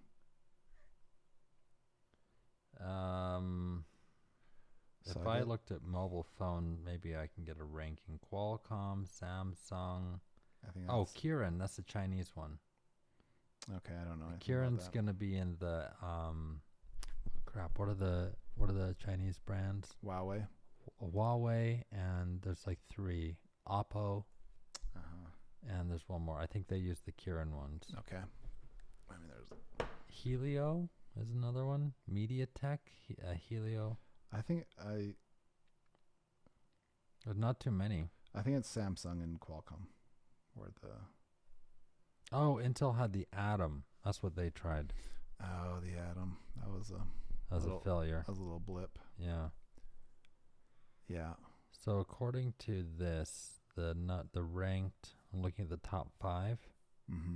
It's A14 Bionic, A13 Bionic, and then the Snapdragon. Yeah. Well, you just have the M1. I'm kind of amazed by it because it is doing. Everybody was expecting a lot more limitations going from the Switch, and everybody's like, Apple, are you really going to be able to do this? Is it going to be kind of this a secondary machine for a couple years as they do the conversion? Because sometimes you put it out there and it takes a while to, but it's there. It's like it's outperforming a lot of people's high-end machines, MacBooks. Yeah, that's kind of it. So you're right. So on a telephone, you can take a 4K video. Yeah. Right. And 60 frames per second, something ridiculous. And then you can use your slider and slide it back and forth. And it works. Yeah. And then you move that into Premiere, and it struggles unless you pay a bunch of money. It is right. And the size difference of the silicon we're talking about is in magnitude of 10 times. Yeah. Like, or something ridiculous like that. I think right? Am I getting these A10 chips or whatever. It's called a system on a chip, and so it'll Mhm. be however big the square is, and then a little tiny bit of the square will be the video part, and then this part will be the decoding part, and whatever. But it's still all of it fits here, and yeah, that's like, I think you'd have to include just the motherboard if you're comparing it to x86, and Yeah. then just the wafer of the CPU, the Threadripper chips and the Intel super duper chips they're huge. And then the video cards are huge, Yeah. and they can't do it. They're expensive. Yeah. I mean, think about your phone chip. It's not that much money. Yeah, not comparative. Not yeah, comparative yeah, to yeah. these. The question was just, how do we get this to run on ARM, right? Yeah. How do you get performance out of ARM for a desktop application? Mhm. Well, they've been working on that with the iPads. The iPads was the development cycle. Oh yeah, That's interesting. That's what the Mhm. iPads were, the development cycle for the MacBook, Mhm. and they've been getting there more and more, and they redid the iPad OS a couple years ago or something, separated it from the iPhone iOS, Oh yeah. and then it's just, So they've been looking at this for 5 years. yeah, they've known where they wanted to get. Mhm. And Determined optimism. nobody saw. I don't know if people saw like what was possible here, because there were a lot of questions. Mhm. We're familiar with emulators, and it sucks. Mhm. It takes a lot more power. I wish I knew why. Like, why does something need to run on x86? Why is it easier? Yeah. Why can't you just make something, even if it's different for ARM? Why can't there be two? Why can't you? I mean, why can't you make a Premiere for ARM and a Premiere for x86? Mm-hmm. Well, I wish I knew why. There must be Yeah. a really good reason. I have no idea what it is. I don't know if it's how you like. There's no compilers that won't compile it. Yeah. I don't know. It's Has to do with memory. Does it take more time? Is it only a few people know how to do it? Like, Mhm. what is it? I don't know. yeah. What I know is I'm gonna buy a MacBook Air for my wife Okay. and sell her old MacBook Air, Yeah. because she's been doing. I mean, she uses Chrome. Mm-hmm. I should tell her to use Safari probably when she's doing her stuff, but Chrome's a hog. Yeah, Chrome's It a hog. It Yeah. hogs, Yeah. right? And she'll get frustrated because she gets the spinning wheel. Mhm. But I'm like, well, you have a lot of things open, right? Mm-hmm. But these guys, as I've watched with the M1, here's the other cool thing: is it only has 8 gigabytes of RAM, right? Okay. Well, it's a MacBook Air. It's a MacBook Air, Yeah. but they're getting performance like they have 32 gigabytes, or 16. I'm gonna have to see this. You're gonna have to see I this. don't know. Yeah, but it comes down to, Like, it's just like the they're iPhone. probably loading like 10-second 4K clips, and they're like, "Look at this amazing performance." I could be wrong. Yeah, if you find, let me know. Yeah. But they're from what I've seen, is it's really surprising, and it comes back to the integration, Mm-hmm. because when it's not layering a lot of things together and just pushing like Android runs on an emulator and everything else, Mm-hmm. everything is connected and it's designed to work with each other, so they can get away with less RAM and everything else. Yeah. Yeah. You have the opportunity. Yeah, and just like on your phone when you're editing a Yeah. video, it works really well. Mm-hmm. Then you put it on your desktop. I remember, when I went on my honeymoon, I got a GoPro. Mm-hmm. I came home. I was like, oh, I want to edit this on my desktop. Mm-hmm. I throw it on there, and just killed my computer. Yeah. I was like, what the heck is this? It's that HVAC, HVAC Yeah. video. It murdered my machine, and I was like, I can't even edit. I can't even work with this. I don't Yeah. know what to do here, because my machine cannot my desktop can't handle this, but Well, I'll I tell get you on the what. phone and it goes, and it works. These codecs that we're currently recording in, Yeah. it's an Apple codec. Oh, really? It's called ProRes something. Yeah. I think they won a prize for it. Not a Nobel Prize, but they won they won, like, it was a big deal. They won. So this codec apparently is Yeah. amazing. You have super high control over like the dynamic range, Okay. and it's like the best codec, period. Well, the guys that I've watched, they talk about ProRes, Yeah, that it's mostly seamless it's an Apple thing. when they on the M1. It's seamless when they're editing it. Oh yeah, so ProRes, it's a super huge file. Yeah. So I'm not going to tell you about the compression because I have no idea. Yeah. But I know that we're probably up to, we've done an hour and a half. Are we up like 200 gigabytes? We're going to be 300. yeah. It's going to be a lot. I'm surprised the cameras are still on. Like, they've been recording for 2 hours almost. Well, now you know. So half Now an you know. hour is 100 Mhm. times 4, 400, 500 gig. Yeah. I'm going to run out of hard drive space. Yeah, this has been a lot of fun. Yeah. No, we should keep going. I'm just saying. You're I'm saying, just saying this has been a lot of fun so yeah, far. yeah. Like, these are things I think about, Mhm. and I don't have a format to talk about it with someone. One thing that's surprising, I think I'm listening different and I'm speaking different, Yeah. but it's still natural. Yeah, this has been surprisingly natural. Yeah. Like, when I'm just by myself, Mhm. I will say, I like these type of microphones. As the other day I just started recording just the audio, Mhm. and it was a lot more smooth than when I was looking at the camera, not getting any feedback Oh yeah. sound wise. Yeah. Yeah, I think that it's nice to have the headphones. Yeah, I thought it'd sure. be more distracting, but it's not as much. Yeah, it's not, when you're just talking into the air and you can hear the room echo. Yeah. You're not sure about your script. Like, you kind of feel lost.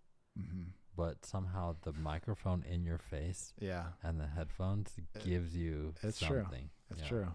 I'm liking it. Mm-hmm. I'm gonna have to get some headphones.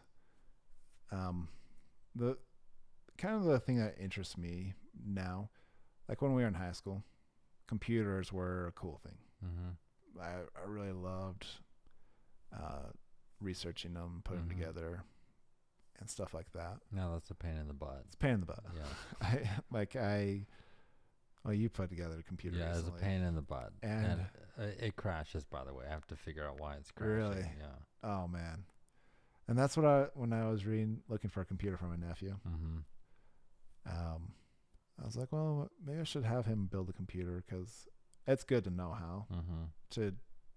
Just one of those things, Mm-hmm. so you know how to troubleshoot it.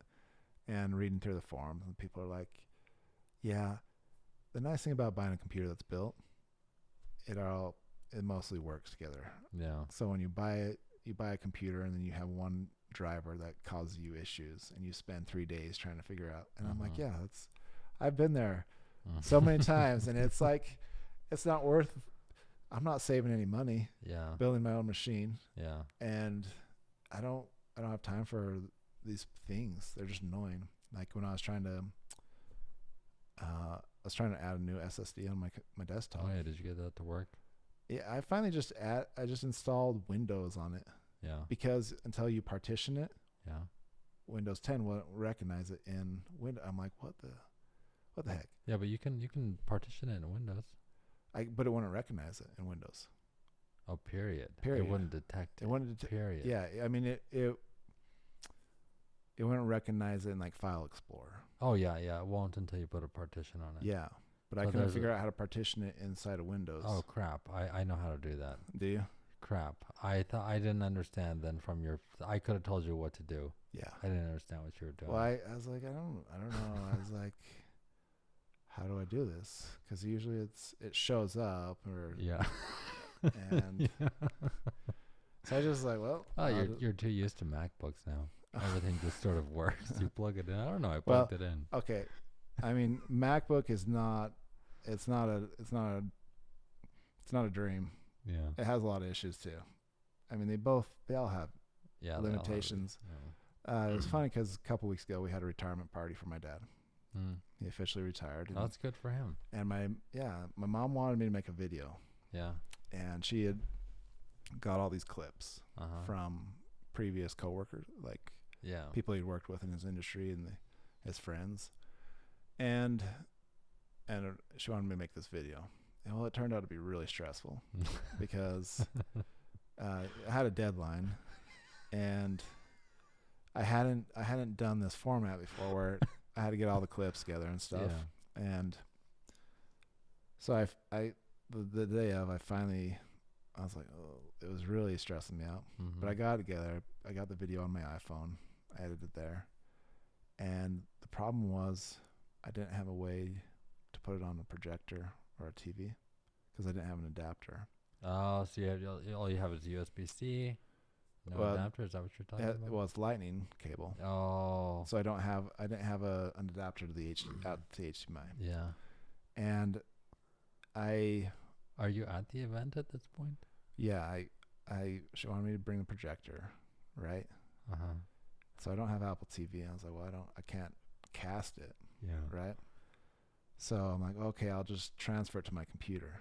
Well, it turned out to be 6 gigabytes. And that's really, I hadn't done this for a while. So I was like, well, I'll just open iTunes. I'm like, oh yeah, it's iTunes that you transfer from the laptop to the desktop. Well, I opened it and I start trying to transfer it, and it's like, it doesn't work that way. You can't, there's no file explorer when you open, at least from what I know. You can't open, like, you put this is from a MacBook, right? No, it's from the iPhone to my Windows 10. Oh. And it becomes hell. Oh, sorry. Oh, so I missed that part. The video's on your phone. I thought it was on your MacBook. No. Okay. The video's on my phone. I thought, I'm going to do it on my phone. That'll be really simple. My mom texts, like, she sends all the videos, get them on the phone, edit there. Yeah. And just. That's that take your medicine thing that I can't But do. Getting it off of the iPhone is a pain. Was a nightmare. Yeah. Like, I was trying this or that. I mean, I tried to upload it to like iCloud and then to my Google Drive, but 6 gigabytes. Yeah. It takes hours. And I was like, okay. And then I was like, well, I went and downloaded a program. Spent $12 to get this program to use Wi-Fi transfer from iPhone to a Windows 10. And that I started that, and then it transferred, but then it was converting. The transfer went okay, and then it started converting, and I'm like, are you kidding me? And it wasn't going anywhere. And I was at my wit's end. My mom's like, she comes in because it was a surprise for my dad. He didn't know. My mom comes in, and I had told her, I was like, yeah, it's gonna be like 15 minutes. And I was like, well, it's a little tougher than I thought. And then I was like, oh, I think I figured it out. It's gonna work. And then I realized it wasn't. And it was, the party was, I was drawing on. I was out of time. My family was there, and his best friend was there, and I was just running out of time. And I was like, I felt so bad. I'm like, Mom, I don't think this is gonna happen. I don't know what to do. And she just was so like crestfallen. My mom, she just gets through things, but she really wanted this to happen for my dad. And I was like, man, I don't know what to do. And you still have an iPhone? I still have an iPhone. But I mean, this is an issue with transferring to Windows or to get it off someplace else. Yeah, you can use iTunes on your MacBook. Is that? You can use iTunes on a Windows 10. Or not. They don't have like when you plug a USB drive into your computer, you can explore the files. And I think when you plug in Android, you can, it opens like a USB drive, and you can, not with the iPhone. Yeah. That was the issue, is I couldn't open up and just pull the file over. Yeah. That was what the nightmare was. And finally I was like, well, I don't have an Apple TV because you can just do you can AirPlay. Mm-hmm. But I opened up my phone and I was just trying to figure out anything, and I saw AirPlay and I just clicked it. I'm like, and then I saw their Roku TV. Oh wow! Because Roku added it, Apple added it to Roku, and I. Thank goodness there was a Roku there. Yeah, I mean, I could have saved myself an hour and a half of so much stress, anxiety, and disappointment. But I was so glad. I'm like, oh, yes. I was like, why didn't I think of this before, or at least try? Because I knew they had a Roku, but I didn't, in that moment, I hadn't done this before, and I hadn't thought about that specific situation. I had, in the past, I've thought about buying an Apple TV just to do it because of AirPlay. I kind of hate that, but now the Roku, I went and got that, and I ran into other problems too after this. It was just but we figured it out. The video played for the party. The video played for the party, Okay. and my dad loved it. It was awesome. We ran it through the projector. For some reason, the projector wouldn't go to the speakers, so it was just on my projector has a little speaker on it.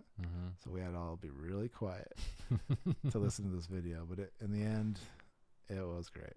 My dad loved it. You built the projector. I did build a projector. That was one of my greatest accomplishments. Yeah, it's pretty cool. Yeah. There's a YouTube channel called DIY Perks. Okay. I think. I don't know how he thinks of this crap, but he will be like, build a computer in the shelf, and it will look like a shelf from IKEA. Yeah. But he'll totally put a computer in there. Oh, that's awesome. Like I'm never gonna follow along. No. Like, and he'll show you how to do it. He's like, oh yeah, just do this, and then we're gonna cut this out and put this foam in here, and then we're gonna do this. No, I don't want to do any of that. No, I'll buy does. it from you. Yeah. Yeah, that's how I'm not gonna do it. I'll just be entertained watching you. Yeah, his most recent thing is I didn't watch the video, but the video is called like put natural sun in your window, or put fake sunlight in your window. So on his window, it looks like the sun is shining through. Really? And I bet he did it. Another thing he did was he put you know how in like showers there's a glass? Yeah. He put a TV in the glass. Oh, nice. But it didn't put a TV in there. There is a picture, like a video playing on the glass. Yeah. Yeah. It's not projected onto the glass, is it? Because I could see that. No, I don't think so. I think he took like an LCD screen and this is how I built my projector. I was gonna say, you strip down the LCD monitor, and you just take the panel in it. Yeah. And he could either glue it onto the glass or put it between two. Yeah, I think it was glass between panels. 2 sheets. Yeah, and then your lighting source, if you have enough light in the room, it will show up. Yeah, that's ridiculous. That's pretty cool. Yeah, that's really cool. Man, my projector, that was, when I say I built a projector, I facilitated a lot like Elon Musk does. He's not the engineer, he's an engineer or whatever, but he hires the people. He drives the vision, and he helps find solutions, right? But for me, I had to have Mickey. Oh, Mickey helped you. Oh yeah, I couldn't have done it without Mickey. Neither could the other 100 people that rely on Mickey. Yeah. Mickey was. He made it happen. Yeah. I put together the design. I did certain things, and I took apart the monitor.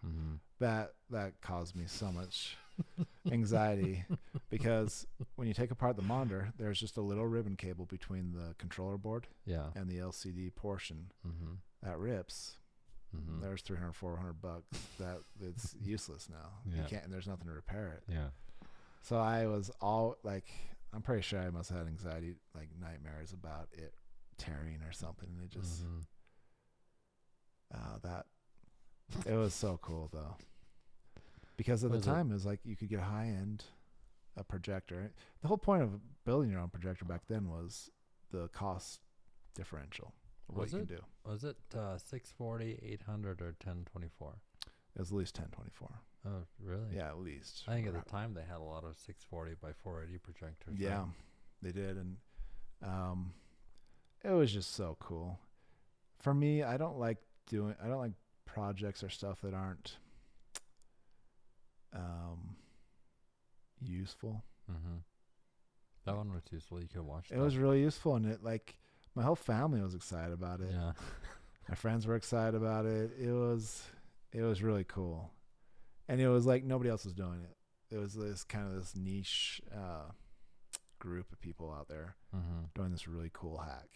It was useful for that time, and not so useful now. Yeah. But I think, and that's kind of that was the cool thing about high school age, or when you're young in high school and early college, is you're so curious. You're just exploring stuff, and you're looking for, like we made videos. Remember, in high school you just wanted to make videos, and now that we have like a much better video camera on our phones, No, we don't do it. we don't do it. Yeah. You know, it's really a funny idea, but we had to use the school cameras and stuff. We did some. Someone had. You must have had a camera because we did some on our own. I don't know if I had it or if I had to borrow it. I remember those little tapes you had to put in a tape, the DV and then you had to like record it onto the computer or something. I don't even remember how that worked. Yeah, there's a lot of hassle. Yeah, I think it's time. Yeah, time. I think even in high school when you're going to school and you supposedly have homework, somehow you have infinite time. That doesn't exist now. Yeah. My time is, well, I guess we're doing this. This is fun, right? Right. Like we could be making a video. That's the Thanksgiving break. Yeah, it's a Thanksgiving break. That's right. Right. Usually when you have children, you will see that there becomes no time. Yeah, that's. Have you heard that? Oh yeah. Yeah. I see it all the time. Yeah. You can't even focus. Like you can't. There's something you must do right at every moment. It's yeah, you need some headspace. Yeah, the responsibility it changes everything, right? In high school, you're able to just do like explore. It's kind of like kids. They're like a child. Their work is play. That's how they learn things. Yeah. Their play. It's actually work. And high school it's like same young 20s as you have that energy and you're so curious too. Different things are exciting. And then you just more responsibility as you get older, right? Yeah, I think more responsibility, and I think a lot of people also get stuck in a routine. Yeah. And they don't know how to get out. Yeah. Or they don't want to get out. A lot of people are comfortable in routines, right? We all are. We all like. Yeah, everybody is. I think that's why people travel. It's one of those things that gets you out of your routine. Yeah, that's right. I think it seems like the older people are, I'm thinking of 50, 60-year-olds. Yeah. They are set. Like they're going to do their thing.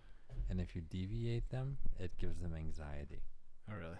Like I know some people like that. And I guess I'm the same way too. Like when I go someplace, like you kind of bring with you your things to have your routine. Yeah. You find your comfort stuff. Yeah, your comfort. Maybe that's different than routine. Maybe that's not quite what I'm trying to say. No, I think you're right. Your routine. Your routine is what's comfort too. Yeah, so they kind of overlap. Another thing, maybe what I'm trying to also describe is the TV pandemic, TV show problem. What's that? So you get off work and you get McDonald's and you got to come back and watch your shows. They're on TV. Yeah. That lasts from 6 to 7 o'clock, and then maybe you do something because something comes on at 9. You got to watch the one at 9. So I might as well just flip through I channels. gotta watch the news at And night. you got to watch the news, at 9. Yeah, you gotta know what. And so you have 3 hours of TV every night. Kind of kills your creativity and the time you have to do other things. Yeah. I think that's why a lot of people wake up early, because they're so much more productive early in the morning. Yeah. Oh, man. Yeah, you're right. A lot of people are. It's not in my DNA. I can't. What time do you get up at? 8. Like, that's a comfortable. Yeah, that's where I used to wake up. But once I got married, Mm-hmm. and my wife goes to school for her job. Just to be there at 6:30. Well, no, I mean, you have to wake up and get ready and stuff. Mhm. And actually last year I was waking up before her. My clock is always, right now it's set at, I wake up at like 6:30.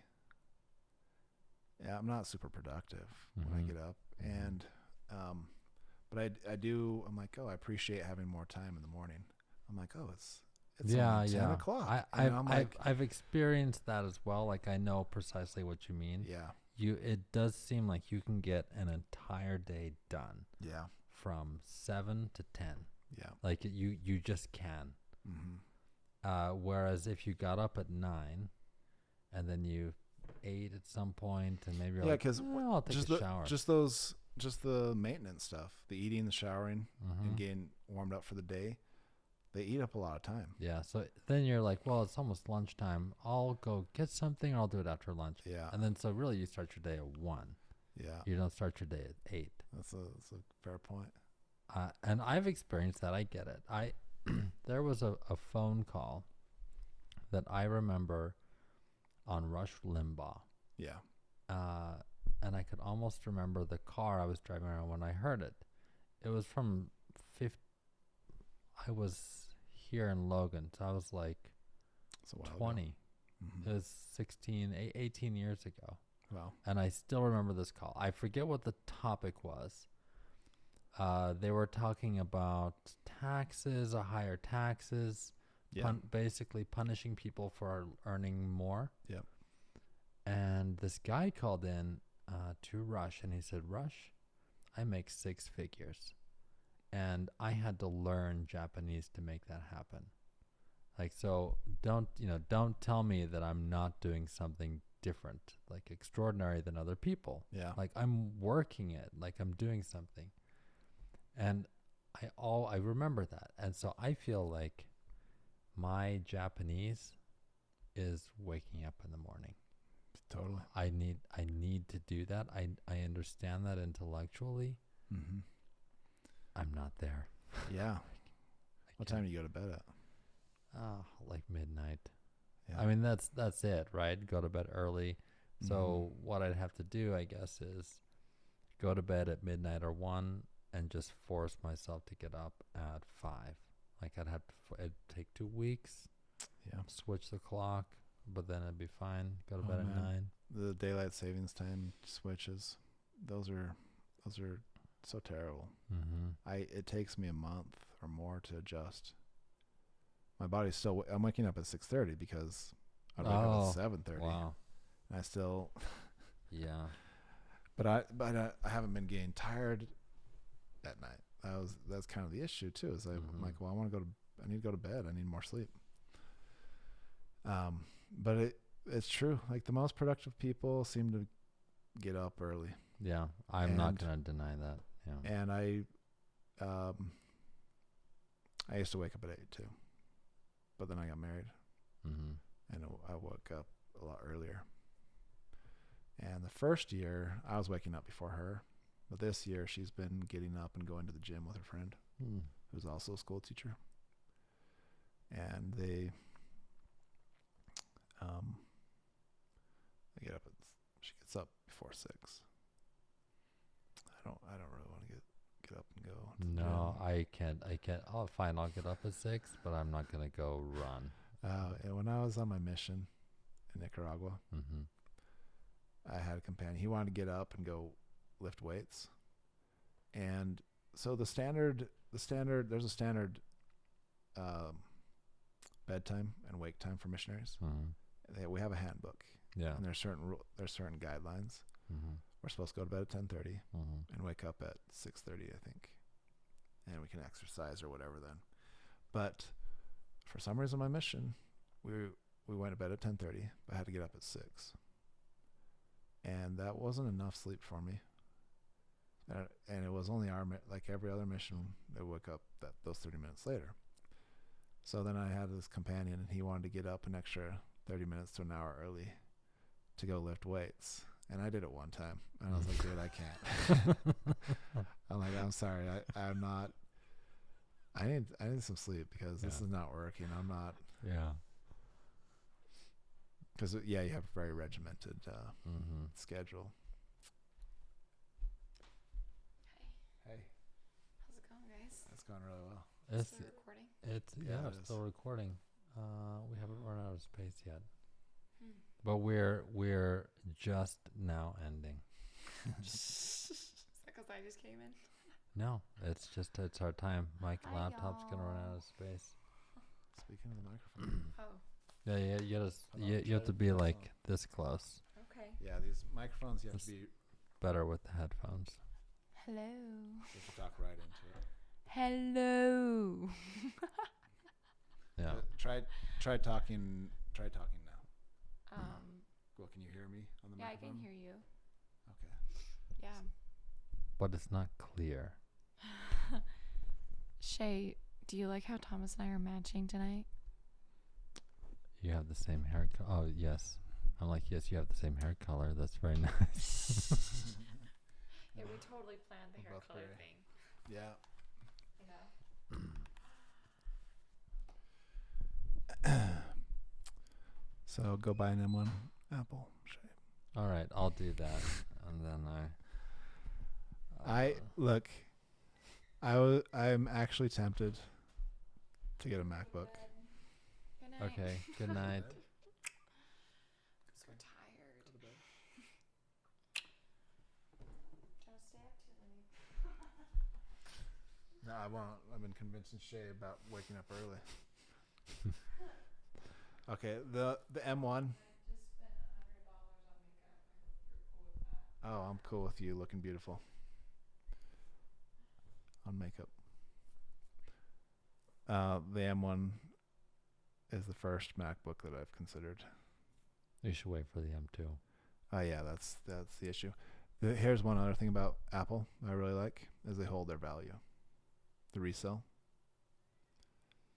But there's no reason why. It's just like a thing. Well, that's not true. It's kind of like Toyota. Yeah, I know. I get it. I get it. They just It's still- work. I get it. Still work, I and just- they work longer. They last longer Unless they're throttling them. unless they're throttling them. You know That they're not a perfect company. I have a lot of things I don't like about Apple, for every good thing, it seems like there's a bad thing. And but the their bad things- value, I still think it outweighs a lot of things. Apple kind of needed this M1 chip because if it does what it says it does, Yeah. like they were falling behind on all the things that they were good at. Yeah, Like their video editing capabilities were falling out. They were no longer the king. Like I would say the past 3 years, it's better if you don't have a Mac if you're on doing creative stuff. yeah. I saw big time YouTubers leaving, like building Windows machines. Yeah, I think they had to because the difference was getting so big. Yeah. And if the M1 will put them back in that game, they really need that. Mm-hmm. Apple had let their MacBooks and their Macs, that division, like it's got pretty small Yeah. as far as their total sales. It was kind of the middle 2000s, 2012, 13, 14, 15 in there. It was kind of an afterthought. A lot of Apple fanboys were like, hey, we don't forget about us. The iPhone's making all your money, right? But, well, we want to be in your ecosystem. And they kind of got, Apple came out with the trash can, the MacBook Yeah. Pro, the Mac Pro, whatever. Oh yeah. Oh yeah. Yeah. Whenever that Yeah, was, and they're like, That was kind of recent. it's been a minute. I think it's 6, 7, 8 years. Yeah. When I say recent, I mean like 5 years. Yeah, sometime in there, and it just seems like it would be from the 90s. a lot of big creators were not happy with it. They spent a lot of money. It was really expensive to build these high-end desktops with this thing in it. It just didn't land. I mean, Apple has flops. It has things that don't land, and I think of Casey Neistat. Yeah. I only recently found him like literally a month ago. Really? I forget what it was or why. I don't know what it was. His channel, I mean, everybody jumped on. His was the only vlog I could stand watching. One of the few. Oh, really? Yeah, because I don't want to watch people's family home videos every day. He is really creative. He's an incredible storyteller. Yeah. When I started, I think this is right when I started watching him or right before, my friend was into him. Was a big fanboy of Casey Neistat. And I was reading an article on TechCrunch, and they're interviewing him, and they're like, "So, how much time do you spend editing?" He's like, 8 to 12 hours a day, and I was floored. Yeah. I was like, "Dude, 8 to 12 hours? Yeah. You're just the editing part." And I had started watching his videos, and I realized like he is a machine. Mm-hmm. That guy was a machine. He was a one-man show, right? Mm-hmm. And that's his favorite way to work. And he does some collaborations, but it's his collaboration. He doesn't like working with crews and doing stuff. He likes doing his own video. I was amazed. He has a lot of he'll have what must be a drone shot. Yeah. And he'll have multiple camera angles that clearly require a lot of setup, a lot of trial and error, a lot of post-production editing to make like the drone shots that he has are perfectly still. Drones don't sit perfectly still. Oh, I had wondered about one of his recent ones. Yeah, he's been doing a lot of those above. Yeah, above it just sits there and it's not moving. Yeah. That's not easy. I've tried to do that. I've followed tutorials. I'm like, man, I got to make this steady. Okay. I had wondered. I was like, dude, this is an incredible shot that is steady. Yeah. And I've never even used a drone like that, so I didn't know. That's but really I was cool. impressed with it. I was like, that's really cool because it feels like a high-end production. Mm-hmm. And heck, man, that guy's he's an animal. There's another guy, an Italian guy, someone D'Angelo. Okay. Have you seen him? Is he friends with Casey Neistat? No. It's just another filmmaker who's really creative. Okay. It doesn't matter. You don't know him. I don't remember his name. Sounds familiar. But I realize like he stands out because he was decades in the making. Mm-hmm. Oh, really? Yeah, of honing his craft. Oh, so he had been doing it, and then YouTube came along, and it's like, oh, this is natural. He actually had a show on HBO. Really? Called the Neistat Brothers. Really? Masha told me he lived in a van. He did. He lived in a trailer park or van or something, because he got pregnant in high school. He and his girlfriend. Mm-hmm. And so he went out to provide. Van down by the river. Yeah, because that's what before I knew anything about him, I was like, he lived in a trailer park. I'm like, who did he come from? Did he come from the trailer park? Yeah. Well, no, he had a normal family, right? Mm-hmm. But he got pregnant in high school. His girlfriend pregnant, and then he was out there working to provide for his child. Along the way was HBO and then YouTube. And he just loved videography. Mm-hmm. And so, I mean, he has so many videos from his youth, just his whole life, just clips and pictures. And That's what he does. Is he builds these stories Mm-hmm. about, and he's an interesting guy. He does interesting things, Mm-hmm. and that's why his videos are interesting. Mm. And he and his brother made, I don't know, it's called Naysat Brothers and his adventures they'd go on or something. Mm. I don't know a lot about it. It's just what I've seen in his YouTube videos. But he went, I think he went from HBO to YouTube. I don't, or that might not be right. Something. But the thing is, his kids didn't know about it, or kids didn't know about, because they don't watch HBO. High school kids, right? But they were watching YouTube. And and I think he saw opportunity. And he reminds me a little of Apple. He wasn't the first to YouTube to do vlogging, but when he came, he owned it. Mm-hmm. Everybody's been copying Casey Neistat, Mm-hmm. but he was putting out a video a day. A video a day? Yeah, or something like that. Holy I don't- cow, you maybe gotta it- have- I don't know if it was insane. Like You gotta have a lot of time to do that. yeah, and he didn't sleep. You know, he was getting up at 4 a.m. just editing and working around the clock, and he did that for 2 years, however long he did his vlog, and then I think he had a goal, and he's backed away. He sold his company to CNN. He had a startup, sold it to CNN, so he doesn't need to work necessarily. So he's just enjoying himself.